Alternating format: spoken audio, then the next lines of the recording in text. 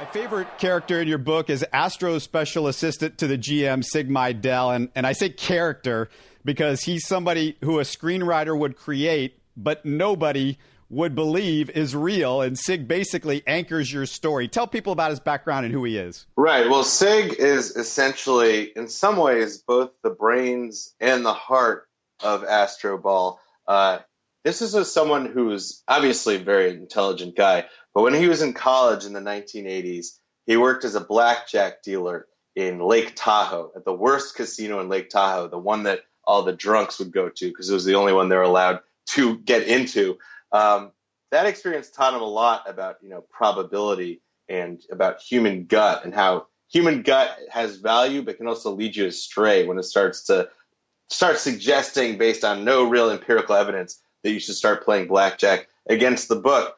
He went on to become a NASA rocket scientist. He launched satellite for Lockheed Martin. This is a smart guy.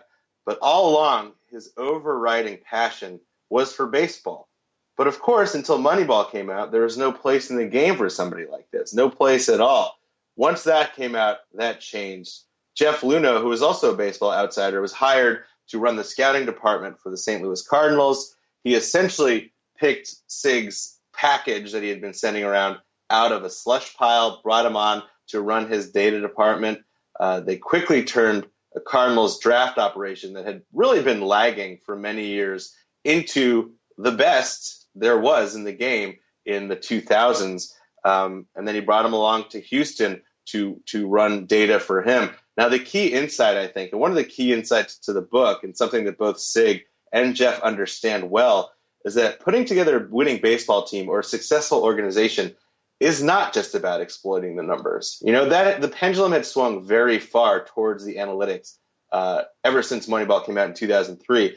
The next evolution is to bring back an overlooked source of predictive information. Humans, human gut, human instinct, human experience, things that scouts can see with all their experience that the numbers can't quantify. So their stroke of genius was really to fold this source of information back in with the analytics to really get the best out of both man and machine instead of prioritizing machine over man. That's kind of a major theme of the book, and it plays out in all sorts of ways as I dig into really like 9 of the key decisions the Astros made. Not all of them good ones, like the one to cut JD Martinez, but that brought them from laughingstock to where they are now. You're listening to Houston Sports Talk.